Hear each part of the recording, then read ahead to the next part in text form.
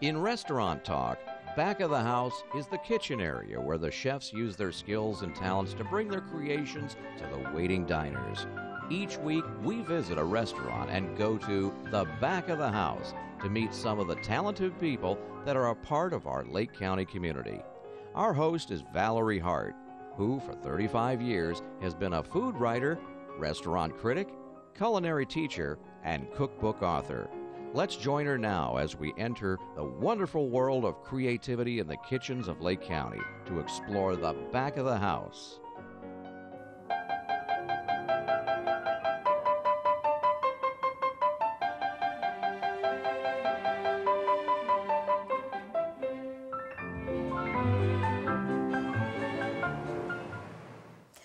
We're in Paisley with Mario Jacob and with Mark Schmood, and this is Mark's Honey Farm. We've done some very interesting shows here on Back of the House, but I must say that this one kind of takes the cake, or the honey. We're dressed, yes, we're dressed like we're going to Mars, and we're going to put up, and we're going to see the bees that make the honey. And Mark is going, and Mark's going to tell us about what we do here. And I have to tell you, Mark, you can let them loose in a minute. I'm not afraid of lions and tigers. Bees absolutely petrify me. So I'm going to put my hood on, okay? Let's hood up. You're going to hood me up? There you go. Okay, we've stepped over your wire that the bears won't get over. Why the bears don't cross that little wire is beyond me, but I won't even ask. And we've got a smudge pot smoky thing here, and that does what? It makes the bees calm down or something? Well, it kind of calms them down. What it actually does is fools them. They associate that with a forest fire, so they immediately change their focus on us, and they start gorging themselves with honey to prepare to leave the hive. You guys are so cool. Mark is here. Mario, you're just like as calm as you can be, and I'm a nervous wreck here with all these bees. All right, now, what are you going to do? I'm just going to take some bees out and let you see what the inside of a hive looks like. And this one's really not a really large hive. There's probably, you know, I may only have like 20,000 bees in here, but Backwoods farm bees. I can't believe I'm standing in the bees swarming all around me and I'm not screaming. What are you going to do with that? I'm going to take it out and show it to you, and maybe on that frame right there. Oh my There's goodness. our queen. Look at how lucky that is. Oh my goodness. See that? That's the queen. How can you tell it's the queen? Because she's twice the size. You notice her long abdomen. But they're not bowing to her and she's not wearing a crown. Well, she's doing her thing and they're all doing their thing, but believe me, they cater to her.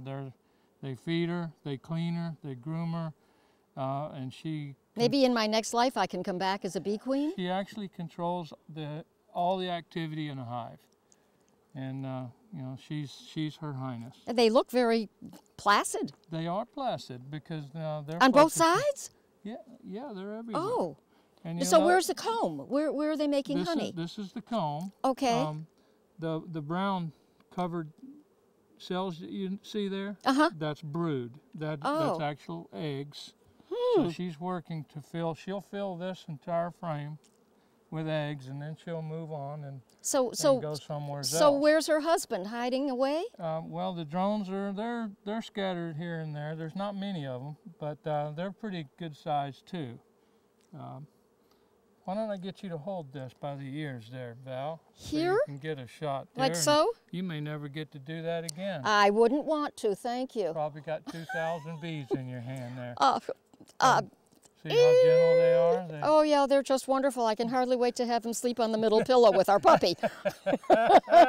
I think you may have them back. Okay, well then, just right. Now wait, then how do we harvest this honey? What do we do? Well, what we do is when they fill up the supers, this is the brood box.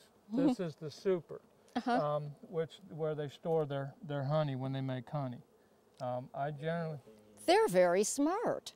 Yeah, I generally grow them to a brood box and one super, and that belongs to them. And then like these back here where you have they come up higher than 2, that belongs to me later. Wow. When they fill it with honey. There's some nectar in this one. Let me see. That one has nectar in it? Yeah, they have. How long does it take for honey to be made, for They them haven't- to actually make it? Well, they have to gather it, and then they have to fan it and get it down to the right moisture content. But how long a process is that? A month, 2? Depends on what it takes.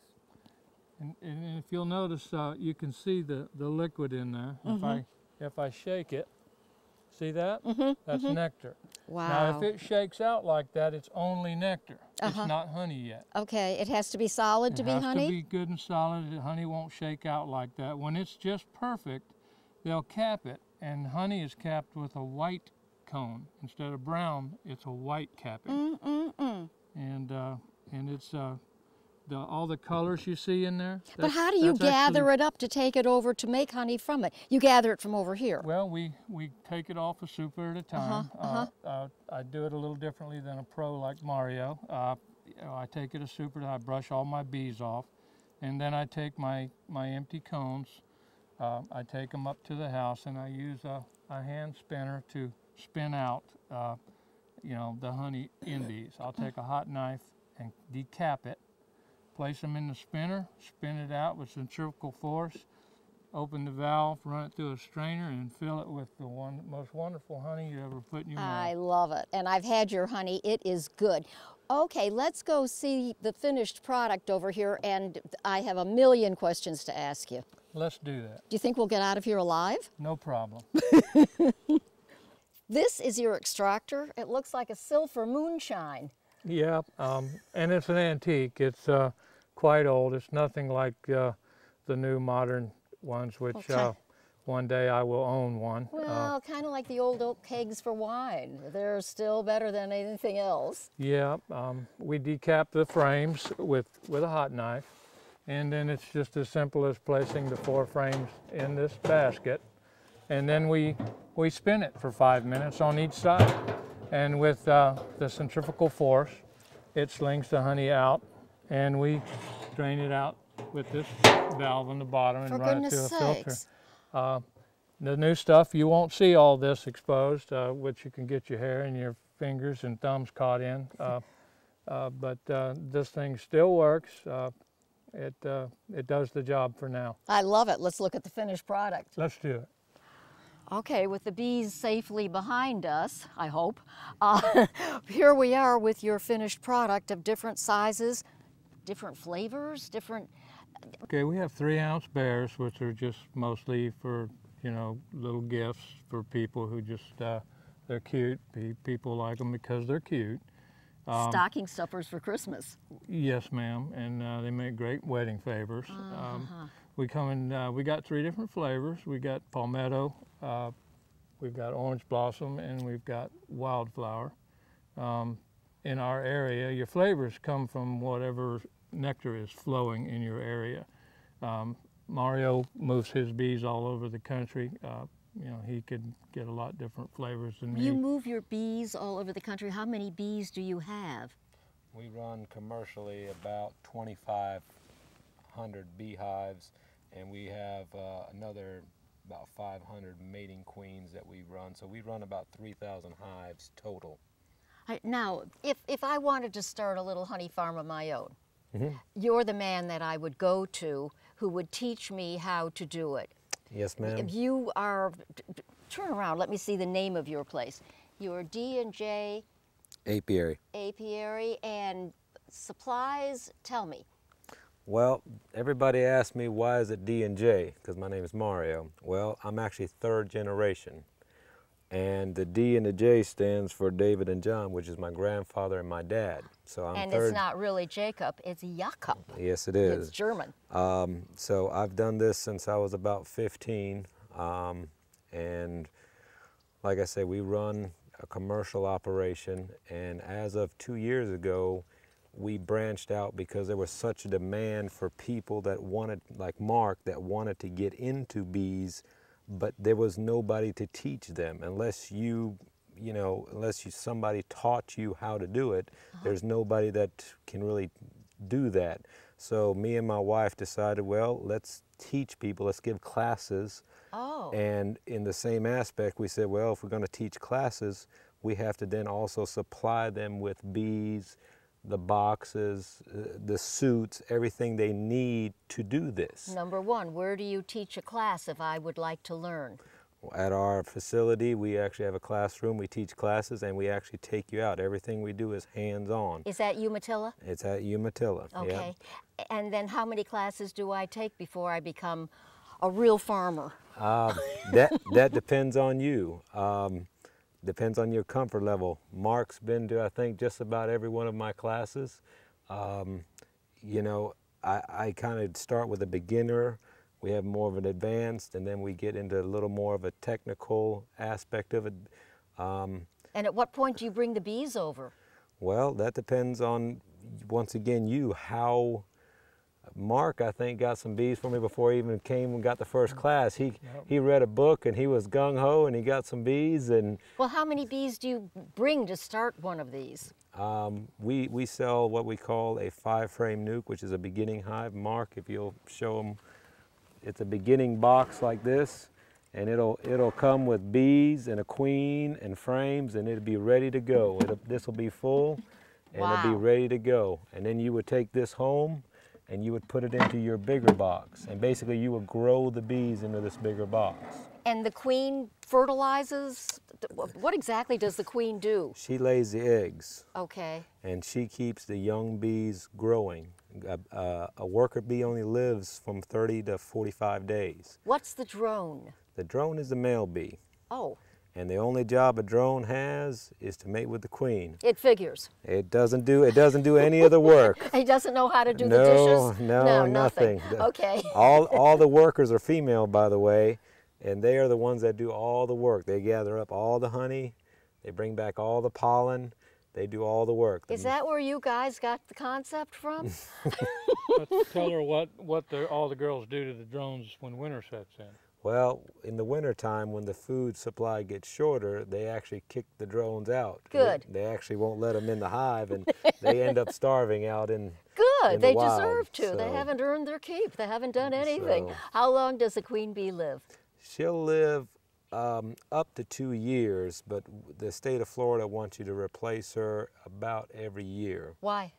That's because of it's good management practices for, down south. We haven't got them in this area yet, but down south they have got the Africanized hive. And the one way to slow that down is through genetics. Oh. By making sure we have good European bees, we're slowing down the African bees. For goodness sakes. So then what happens to your queen bee? Do you just kill her off too? Well, the old one, yeah. No. Yeah, we do. No. And we put a She new can't young have a queen in there. penthouse someplace and die in luxury? No, not quite. Doesn't work that way. So actually, when she's finished with her work, that's it. That's it. When the drones are finished, that's it. Yep. So they continue to regenerate. That is the biggest thing that I teach in my class is the life cycle. You cannot break the life cycle of a beehive because you always have to have eggs and young bees and old bees to continue this cycle. If you break that cycle, the hive probably was not going to survive because at some point you have to have old bees to go get pollen and nectar. You have to have young bees to replace those, or you have to have eggs to replace the young bees, so you have to have that cycle. Now, do you go around to people like Mark on a personal basis to help them with this process? In other words, I know you teach, but do you then come back and help them with the process? Not really. We do a lot. We take every call. We answer a lot of phone calls, a lot of emails. But unfortunately, I'm still trying to run a commercial business. Okay. I can't afford to go to everybody's, hive in their backyard and help them out. All right. But that's why I teach the classes, and I think a lot of people learn from the classes. They go away and what I teach them, they can then immediately apply in their backyard. Okay, So you're the only professional I know in this area. I mean, I know Believe it there or- are other people, but you're extremely knowledgeable. Mark, what made you decide to go into honey as a hobby, and now you are selling it? Where are you selling this honey, by the way? We sell it on the weekends, Saturday and Sunday late afternoon after church. We show up out there in late Sunday. Where? Corner of 437 and 44A in front of Black Bear subdivision. Okay. We've got permission from the owner of that 5-acre corner there to set up, sell as much honey as we like. And, now you sell the honey in the jars, but do you ever sell the what is it, the granulated honey? pollen. The pollen? It's supposed to be very healthy. well, if anybody wants anything specialized or in bulk, Or honeycomb? no honeycomb, No because I've got such a small quantity of bees that Okay. they have to work really hard to rebuild that cone. So I keep, you know, I won't even give cone to family members who beg me for it. My girls have to work too hard to rebuild it, and they can't make honey until they can't do anything until they have a comb to do it on. So I don't take away any more than I have to from them. Okay. So how many hours a week do you have to devote to your honey and your bees? Well, I probably devote a lot more hours than is necessary. Sometimes my wife tells me I should probably leave them alone. But you really do, if you've got a passion for beekeeping, you get a little bit emotionally involved with your bees. Sure, I mean, it's like anything else, absolutely. you know, I lost a couple of hives last month, and it you know, it really saddens me when I do lose a hive. Yeah.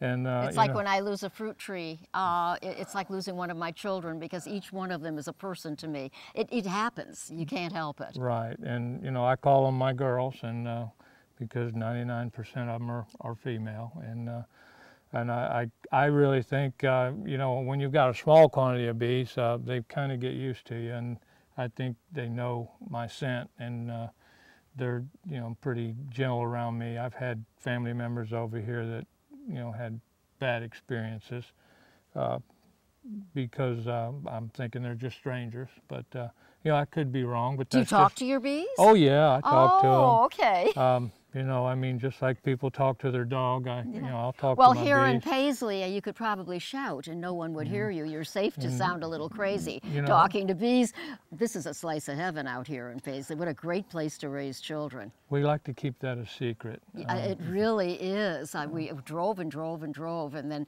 circled around through the woods and the water, and it's just a wonderful place. It's a good place to raise kids. Good The place developers haven't found it yet. Exactly. That's well. Thank God the state and the government, federal government, and the county actually owns most of the land around us, so we're good. So as it is far as- protected. We're protected here, and we're on the end of a dead end road. And nothing's going to change here too drastically. So we like it that All right, way. I want to talk to you again, Mario. Mario, as a cook, you know, as with me, with my food and aspect of all aspects of food, honey has always been something that your grandmother put in the tea when you were sick to take away a cough. It's something that's supposed to be extremely good for you as far as the complexion is concerned and beauty, and they're finding more and more properties of honey that make it a very valuable part of our food intake. Tell me about this. What are some of the properties of honey that make it a healthy element to eat? I wish more people would understand how important honey is. For one, bacteria cannot grow in honey. As far as the health aspect of it, it is tremendous. The people that research about honey and actually learn about honey will understand that they'll actually put a jar of honey. Now, this is pure raw honey, not something that has been processed that you normally buy in the store. That was my next question. What is the store honey that you buy worthwhile? It is pasteurized and it is filtered. And most of the time, by the time they've done that, all your natural enzymes that are in honey that are good for you have been taken out, okay?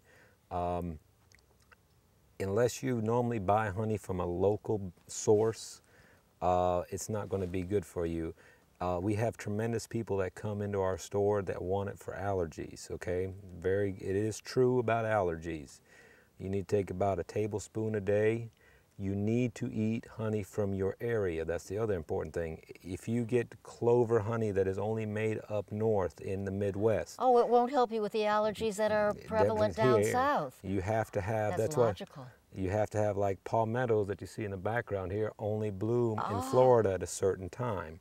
Oh, Same as a lot of people are allergic to oak and orange blossom. Those bloom at the same time. So we have people that come into the store, we say you need to eat orange blossom honey because it has the pollen from those two sources in it. almost like taking a vaccine. Believe it or not, when I met my wife before we got married, she was highly allergic to, we believe it's actually oak, not orange blossom, but they bloom at the same time. And I made her start eating about a tablespoon a day, and it took about 1.5 years, almost 2 years, and her allergies basically stopped. Before I leave, I'm going to buy some of your honey to take to a very good friend who is fine up north, and when he returns to Florida, he is really sick, and it's an allergic thing, we're sure. The other thing is you have to get for the time of the year, like Mark mentioned, the different flavors, they bloom at different times of the year. So there's different... How will I know what I'm buying?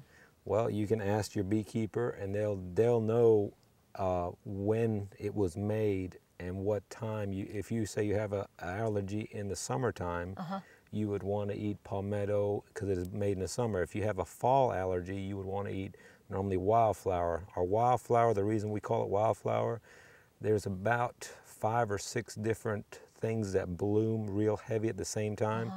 And we can't tell the bees where to go. They're going to go where they want to go, but they gather all this pollen at the same time.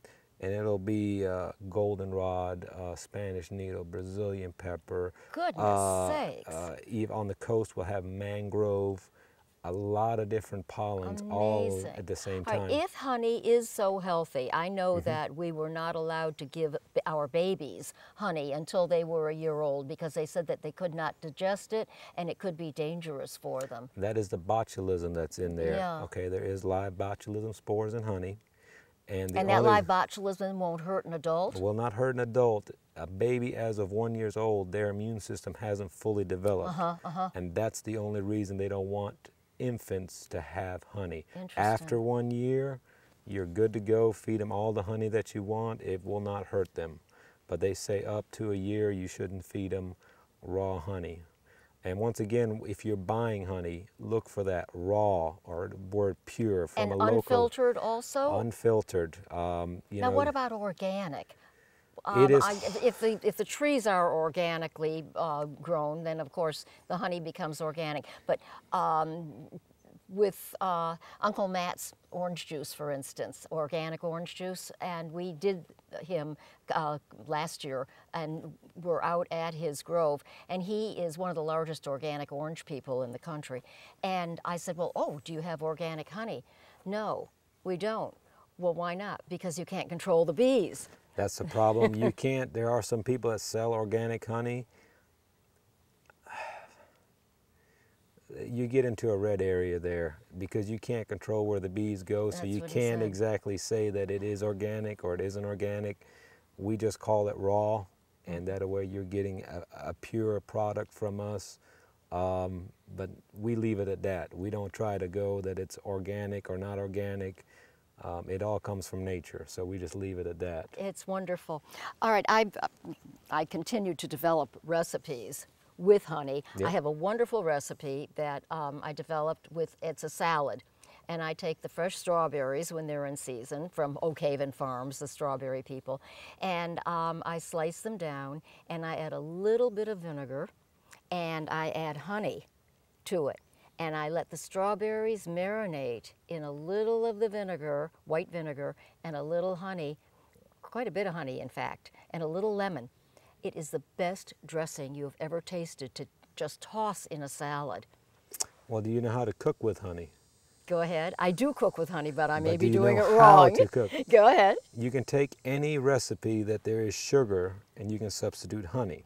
Okay, one, it's going to make it moist because obviously you're dealing with a liquid. Yeah. Okay, and you can cut the sweetness for about 1/3. If it calls for, say, a cup of sugar, you can go with about 1/3 of the honey, so you don't have to use as much. Secondly, the important thing is honey will burn faster than sugar. Yes, yes. So you have to turn down your temperature about 25 degrees. If the recipe calls for 400, do about 375. Well, with the diabetic, they can have honey before they can have sugar as well. I know that, yes. But I take honey, your pure honey, and I, at the last 10 minutes, when I make grilled chicken or broiled chicken, baked chicken, I brush it with honey, and it creates the most wonderful glaze. I also do it with duckling and with swordfish or with any game fish on the grill. Honey is just amazing. By the way, speaking of cooking, when the honey in my closet crystallizes, I always throw it out.